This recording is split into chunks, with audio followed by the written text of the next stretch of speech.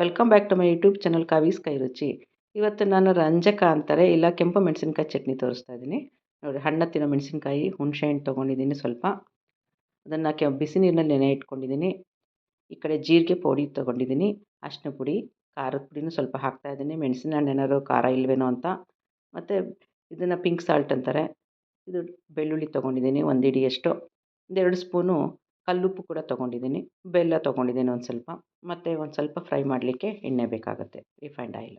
So first ಬಾಣಲಿ ಇಟ್ಬಿಟ್ಟು oil ಹಾಕಿ ಅದರಲ್ಲಿ ಮೆಣಸಿನ ಹಣ್ಣನ್ನು, ಕೆಂಪು ಮೆಣಸಿನ ಹಣ್ಣು ಸ್ವಲ್ಪ ಲೈಟಾಗಿ ಫ್ರೈ ಮಾಡ್ಕೋಬೇಕು. ಅದಾದ ತಕ್ಷಣ ಹುಣಸೆ ಹಣ್ಣಿಂದ ನೀರು ತೆಗೆದುಬಿಟ್ಟು ಆ ಹುಣಸೆ ಹಣ್ಣಿನ ತೊಳೆ ಅಷ್ಟೇ ಹಾಕ್ಕೊಂಡು ಕ್ಲೀನ್ ಮಾಡ್ಕೊಂಡು ಹುಣಸೆ ಹಣ್ಣನ್ನು ಹಾಕ್ಕೋಬೇಕು. ಅದ್ರ ಜೊತೆಗೆ ಮೆಣಸಿನ ಹಣ್ಣು ಹಾಕ್ಕೊಂಡು ರುಬ್ಕೋಬೇಕು. ಅದ್ರ ಜೊತೆಗೆ ಒಂದೇ ಒಂದು ಸ್ಪೂನು ಮೆಂತ್ಯ ಕೂಡ ಫ್ರೈ ಮಾಡಿ ಹಾಕ್ಕೋಬೇಕು. ಅದನ್ನು ಪೌಡ್ರ್ ಮಾಡಿಕೊಂಡು ಇದಕ್ಕೆಲ್ಲ ಮಿಕ್ಸ್ ಮಾಡ್ಕೋಬೇಕು. ನೋಡಿ, ಇವಾಗ ರಂಜಕ ಅಥವಾ ಕೆಂಪು ಮೆಣಸಿನ್ಕಾಯಿ ಚಟ್ನಿ ರೆಡಿಯಾಗಿದೆ. ಉತ್ತರ ಕರ್ನಾಟಕ ಶೈಲಿಯಲ್ಲಿದೆ. Thank you for watching. Please like, share and subscribe.